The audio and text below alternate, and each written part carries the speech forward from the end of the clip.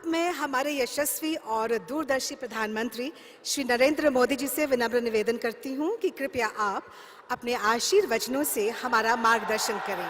माननीय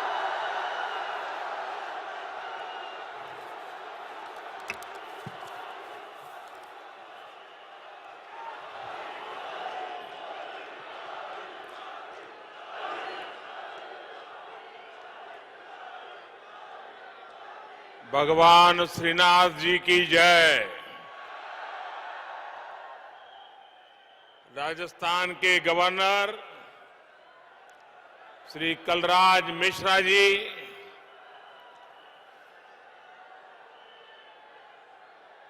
मुख्यमंत्री मेरे मित्र श्रीमान अशोक गहलोत जी, विधानसभा के स्पीकर श्रीमान सीपी जोशी जी, राज्य सरकार के मंत्री श्री भजनलाल जाटव जी, संसद में मेरे साथी और राजस्थान भाजपा के अध्यक्ष श्री चंद्र प्रकाश जोशी जी, संसद में सारे साथी बहन दिया कुमार जी, संसद के मेरे साथी श्रीमान कनकमल कटारा जी, सांसद श्री अर्जुन लाल मीना जी, कार्यक्रम में उपस्थित अन्य सभी महानुभाव और राजस्थान के मेरे प्यारे भाई और बहनों,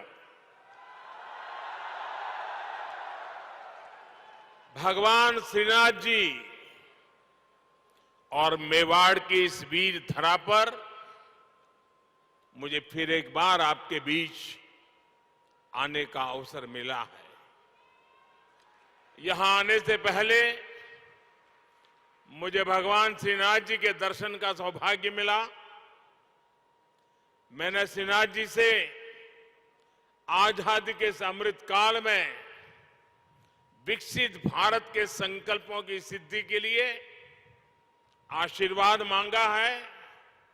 साथियों, आज यहां राजस्थान के विकास से जुड़े 5,000 करोड़ रुपए से अधिक के प्रोजेक्ट का शिलान्यास और लोकार्पण हुआ है।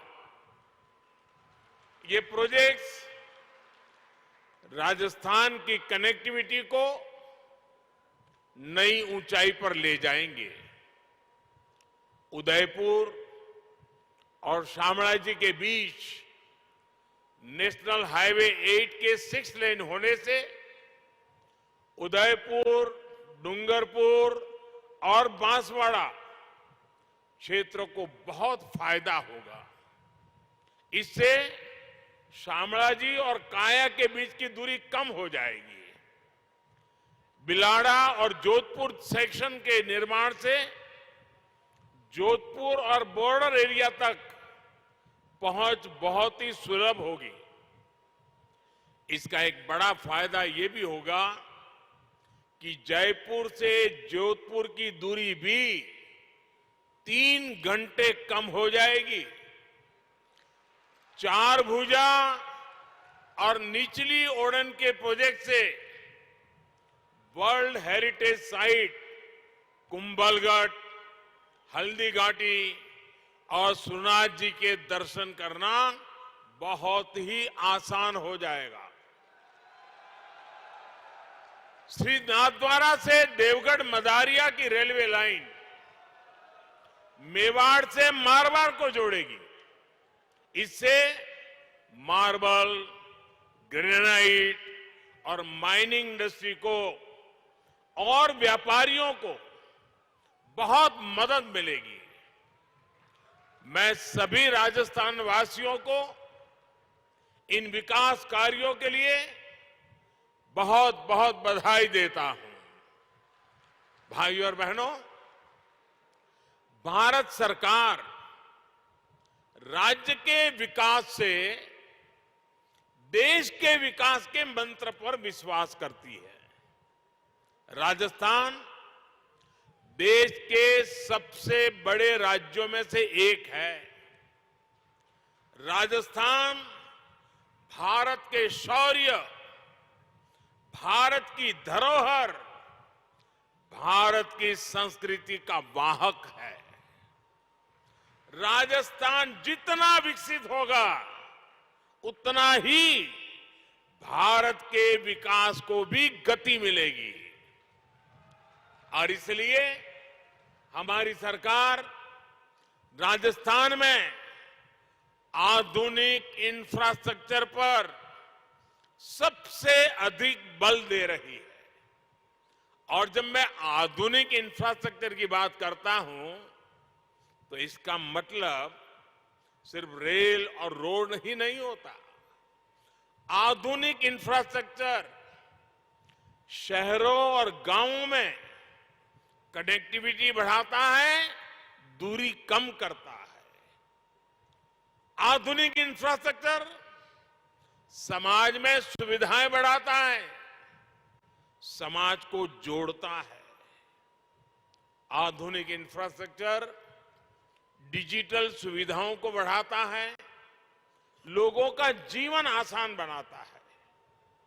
आधुनिक इंफ्रास्ट्रक्चर विरासत को बढ़ावा देने के साथ ही विकास को भी गति देता है। जब हम आने वाले 25 साल में विकसित भारत के संकल्प की बात करते हैं तो उसके मूल में यही इंफ्रास्ट्रक्चर एक नई ताकत बनकर के उभर रहा है।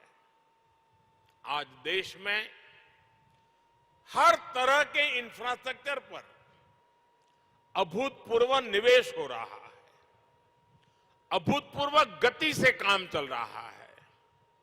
रेलवे हो, हाईवे हो, एयरपोर्ट हो, हर क्षेत्र में भारत सरकार हजारों करोड़ रुपए निवेश कर रही है।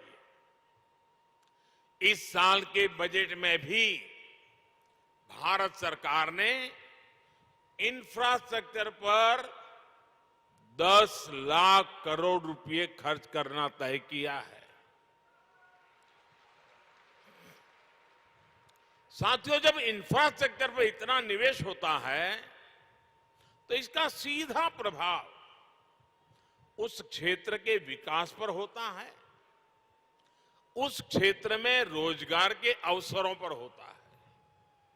जब नई सड़कें बनती हैं, नई रेल लाइनें बनती हैं, जब गांव में पीएम आवास योजना के करोड़ों घर बनते हैं, करोड़ों शौचालय बनते हैं, जब गांव में लाखों किलोमीटर ऑप्टिकल फाइबर बिछता है, हर घर जल इसके लिए पाइप बिछाया जाता है, तो इसका लाभ जो स्थानीय छोटे मोटे व्यापारी होते हैं, जो इस प्रकार की चीजों को सप्लाई करते हैं, उन छोटे मोटे दुकानदारों को भी, उस इलाके के श्रमिकों को भी इसके कारण बहुत लाभ मिलता है। भारत सरकार की इन योजनाओं ने अर्थव्यवस्था को एक नई गति दी है। लेकिन साथियों, हमारे देश में कुछ लोग ऐसी विकृत विचारधारा के शिकार हो चुके हैं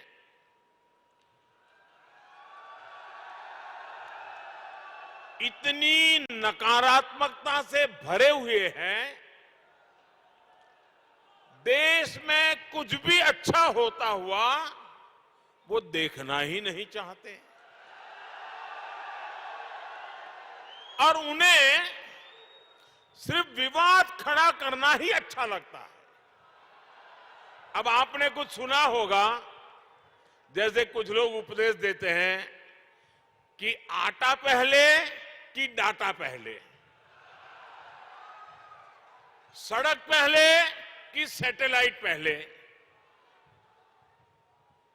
लेकिन इतिहास गवाह है कि स्थायी विकास के लिए, तेज विकास के लिए मूल व्यवस्थाओं के साथ ही आधुनिक इंफ्रा बनाना भी जरूरी होता है।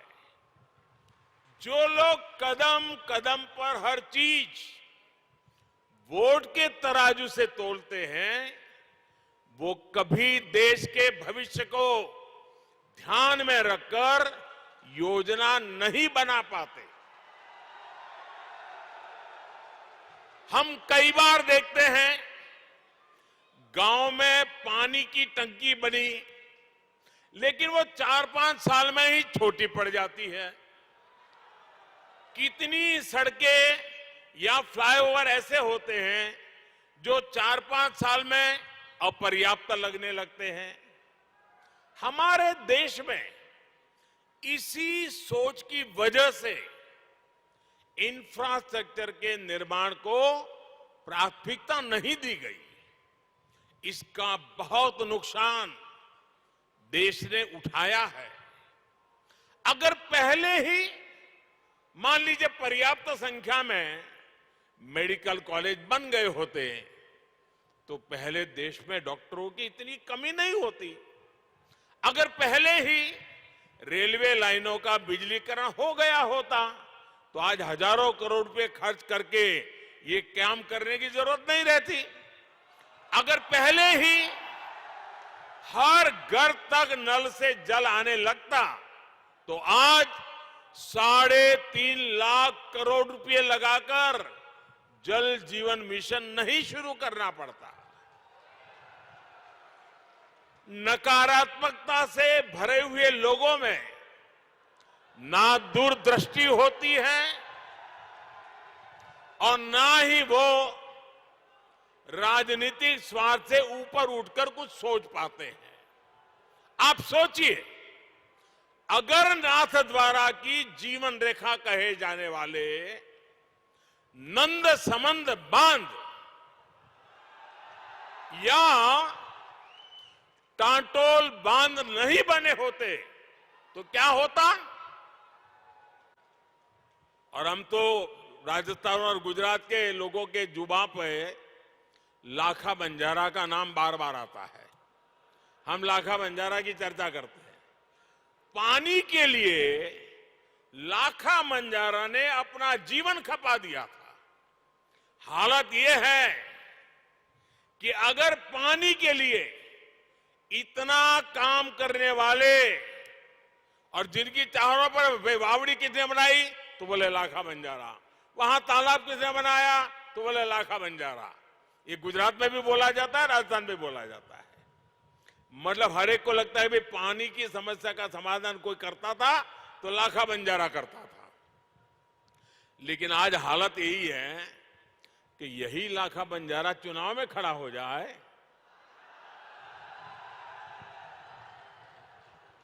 तो ये नकारात्मक सोच वाले उसको भी हराने के लिए मैदान में आएंगे।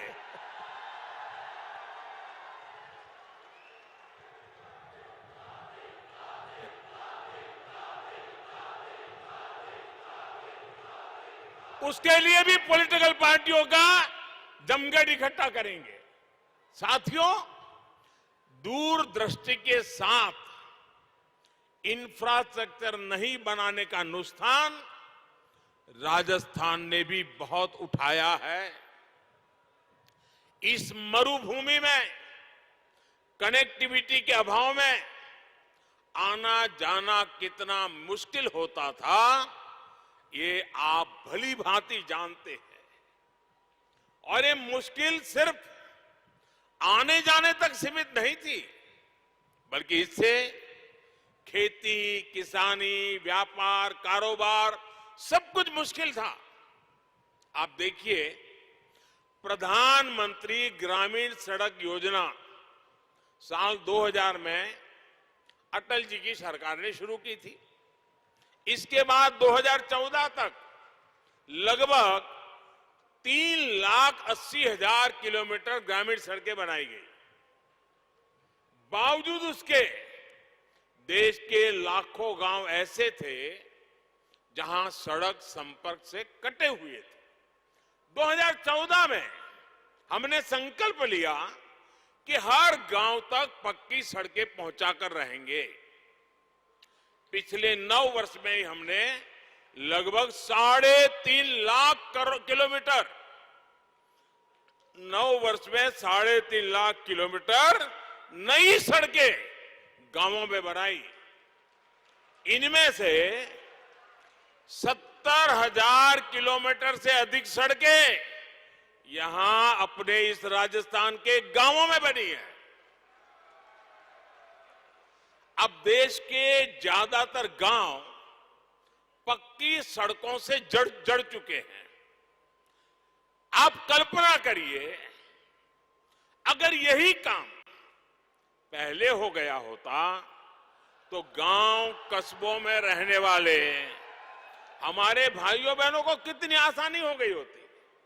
साथियों, भारत सरकार आज गांवों तक सड़क पहुंचाने के साथ ही शहरों को भी आधुनिक हाईवे से जोड़ने में जुटी है। 2014 से पहले देश में जिस गति से नेशनल हाईवे का निर्माण हो रहा था, अब उससे 2 गुनी तेजी से, डबल स्पीड से काम किया जा रहा है। इसका भी लाभ राजस्थान के अनेक जिलों को मिला है। कुछ समय पहले ही मैंने दौसा में दिल्ली मुंबई एक्सप्रेस वे, उसके एक प्रमुख सेक्शन का लोकार्पण किया है। भाई और बहनों, आज भारत का समाज आकांक्षी समाज है, एस्पिरेशनल सोसाइटी है। आज 21वीं सदी के इस दशक में लोग कम समय में ज्यादा से ज्यादा दूर तक पहुंचना चाहते हैं, ज्यादा से ज्यादा सुविधाएं चाहते हैं। सरकार में होने के नाते ये हम सभी का दायित्व है कि भारत के लोगों की इस आकांक्षा को, राजस्थान के लोगों की इस आकांक्षा को हम सब मिलकर के पूरा करें। हम सब जानते हैं कि सड़क के साथ ही कहीं जल्दी आने जाने के लिए रेलवे कितनी जरूरी होती है। आज भी गरीब या मध्यम वर्ग को सपरिवार कहीं जाना है तो उसकी पहली पसंद रेल ही होती है। इसलिए आज भारत सरकार अपने दशकों पुराने रेल नेटवर्क को सुधार रही है, आधुनिक बना रही है। आधुनिक ट्रेनें हो, आधुनिक रेलवे स्टेशन हो, आधुनिक रेलवे ट्रैक्स हो, हम हर स्तर पर एक साथ चारों दिशाओं में काम कर रहे हैं। आज राजस्थान को भी उसकी पहली वंदे भारत एक्सप्रेस मिल चुकी है। यहां मावली मारवाड़ गेज परिवर्तन की मांग भी तो कब से चल रही थी, ये पूरी हो रही है। इसी तरह अहमदाबाद उदयपुर के बीच पूरे रूट को ब्रॉडगेज में बदलने का काम भी कुछ महीने पहले पूरा हुआ है। इस नए रूट पर जो ट्रेन चल रही है उसका बहुत लाभ उदयपुर और आसपास के लोगों को हो रहा है। साथियों, पूरे रेल नेटवर्क को मानव रहित फाटकों से मुक्त करने के बाद हम अब तेजी से पूरे नेटवर्क का बिजलीकरण कर रहे हैं।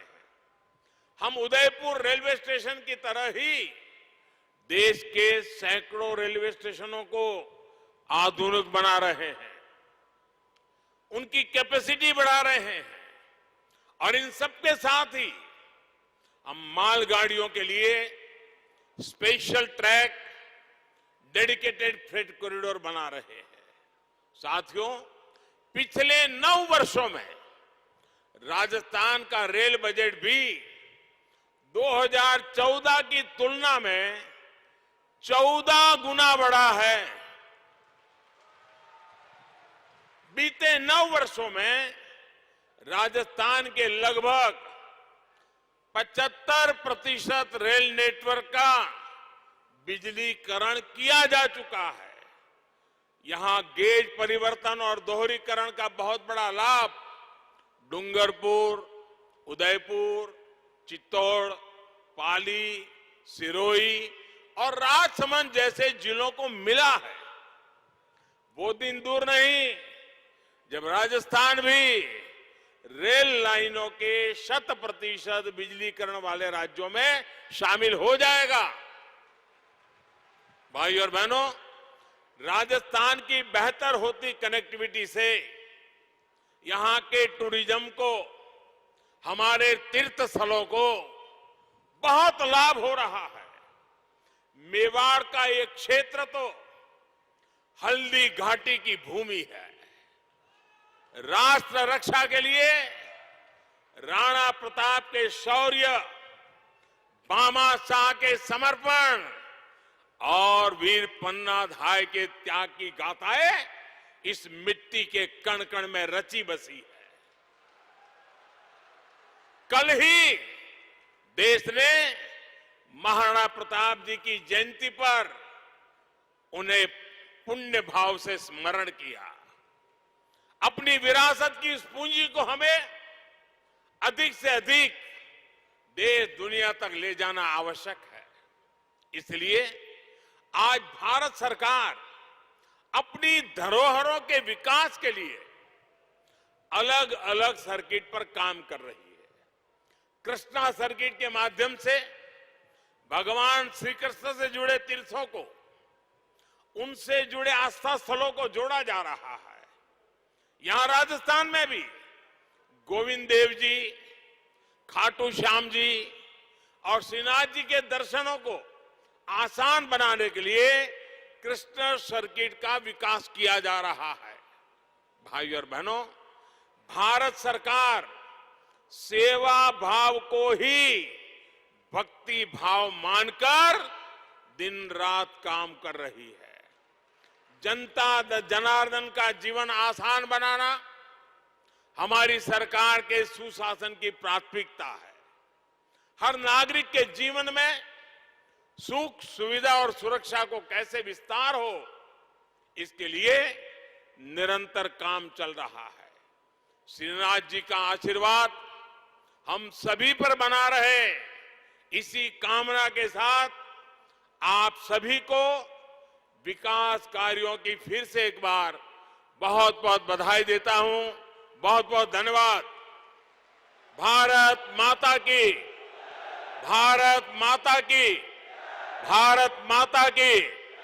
धन्यवाद।